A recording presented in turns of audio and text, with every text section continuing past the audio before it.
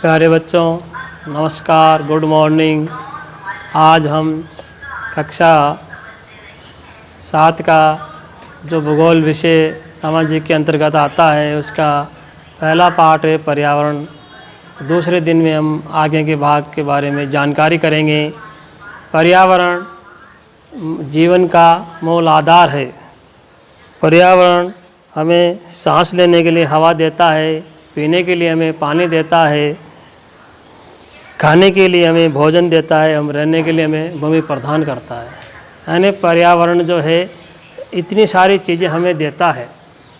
और पर्यावरण को जो है जलमंडल, थलमंडल और स्थलमंडल ये सभी जो है मिलकर के बनाते हैं।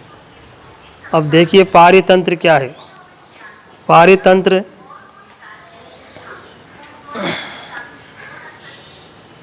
पारितंत्र जो है रवि की कक्षा के एक एनसीसी कैंप में जेसी ने आश्चर्य से कहा, कितनी मूसलाधार वर्षा हो रही है। इससे मुझे अपना केरल याद आ गया। तुम सबको आकर देखना चाहिए कि कैसे हरे भरे खेतों एवं नारियल के बागानों में लगातार बारिश होती रहती है। तभी जैसलमेर के रहने वाले हीरा ने आश्चर्य से कहा, हमारे यहाँ वर्षा होती ही नहीं, हमें तो दूर दूर तक केवल कीकर एवं रेत की ही नज़र आती है। कीकर यानी केजड़े का वृक्ष और रेत बालू मिट्टी दूर दूर तक। लेकिन वहाँ ऊँट भी तो मिलते हैं, रवि ने कहा। अब रवि ने कहा कि वहाँ ऊँट तो मिलते हैं जबकि केरल में नारियल मिलते हैं। हीरा ने कहा ऊँट तो मिलेंगे ही, जब तुम हमारे रेगिस्तान आओगे तो तुम्हें सांप, छिपकली एवं अनेक कीट भी देखने को मिलेंगे। रवि हैरत में पड़ गया। विभिन्न स्थानों पर पाए जाने वाले जीव जंतु, वनस्पति एवं लोगों के रहन सहन के तरीके इतने भिन्न क्यों हैं? क्या सभी का एक दूसरे के साथ संबंध है? बिल्कुल, बहुत संबंध है, शिक्षक ने कहा। सभी पेड़ पौधे, जीव जंतु एवं मानव अपने आसपास के पर्यावरण पर आश्रित होते हैं। यानी पेड़ पौधे, जीव जंतु और मनुष्य जो है अपने आसपास जो पर्यावरण है उसके ऊपर निर्भर होते हैं। प्राय एक दूसरे पर भी आश्रित हैं। जीवधारियों का आपसी एवं अपने आसपास के पर्यावरण के बीच का संबंध ही पारितंत्र कहलाता है। यानी कि जीवधारी जो आसपास के मनुष्य का इसको आपस के संबंध बनाए रखना ही जो है पारितंत्र कहलाता है। अधिक वर्षा वाले वन, घास स्थल, रेगिस्तान, पर्वत, झील, नदी, महासागर एवं छोटे से ताल का भी एक पारितंत्र हो सकता है। क्या आपको लगता है कि जिस पार्क में रवि एवं उसके मित्र खेलते थे वह भी एक पारितंत्र बनाता था? तो पारितंत्र जो है तीनों मंडलों से बन करके मिलता है और आपसी संबंध बनाए रखना पड़ता है। मानवीय पर्यावरण, प्राकृतिक पर्यावरण, तो पर्यावरण के जो 3 घटक है उसमें एक मानवीय पर्यावरण भी है। मानव अपने पर्यावरण के साथ पारस्परिक क्रिया करता है और उसमें अपनी आवश्यकता के अनुसार परिवर्तन करता है। प्रारंभिक मानव ने स्वयं को प्रकृति के अनुरूप बना लिया था। उनका जीवन सरल था एवं आसपास की प्रकृति से उनकी आवश्यकताएं पूरी हो जाती थी।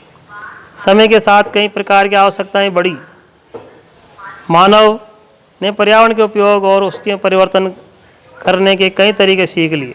उसने फसल उगाना सीखा, फसल पालना, स्थायी जीवन जीना सीख लिया। पहिए का आविष्कार हुआ, आवश्यकता से अधिक अन्न उपजाया गया, वस्तु विनिमय पद्धति अपनाई गई, का विकास हुआ।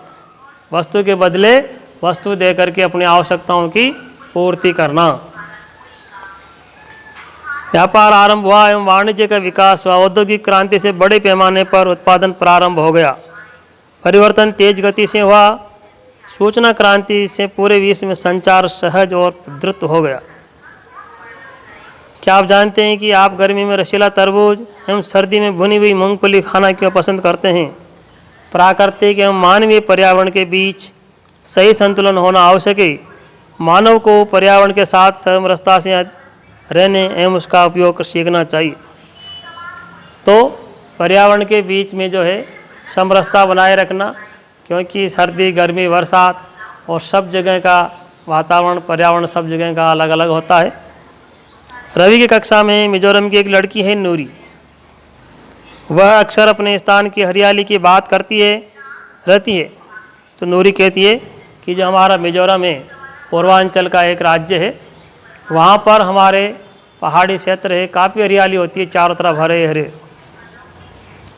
खेल का मैदान नष्ट होने के कारण रवि की उदासी देखकर अब जो रवि के विद्यालय के पास में खेल का मैदान था, वहाँ पर बड़ी सी बिल्डिंग बनने वाली थी, वो मैदान समाप्त हो गया। उसको देख करके नूरी ने उसे आने वाली छुट्टियों में अपने घर मिजोरम आने को कहा। रवि के शिक्षक ने सभी बच्चों से कहा कि वो छुट्टियों में वे जिन स्थानों पर जाएंगे वहाँ के भूदृश्य, घरों एवं लोगों के क्रियाकलापों का चित्र बनाकर लाएंगे। तो कहने का मतलब कि कई जगह पहाड़ हैं, कई जगह जंगल है, कई जगह रेगिस्तान है, कई जगह पर बरसात ज़्यादा होती है, कई जगह पर बारिश कम होती है। तो इन सब के विभिन्नता होते हुए भी, विविधता होते हुए भी हम सबको जो है आपसी तालमेल बना करके रहना, पारितंत्र को बनाए रखना और पर्यावरण को जो है इस प्रकार बनाए रखना हमारे लिए, जीवन के लिए बहुत उपयोगी होता है। तो आज ये हमारा भूगोल का पहला पाठ पर्यावरण का समाप्त हुआ। इसके प्रश्नोत्तर करके आप भेजें, और कोई भी बात समझ में नहीं आए तो आप फ़ोन करके पूछ सकते हैं। तब तक के लिए धन्यवाद।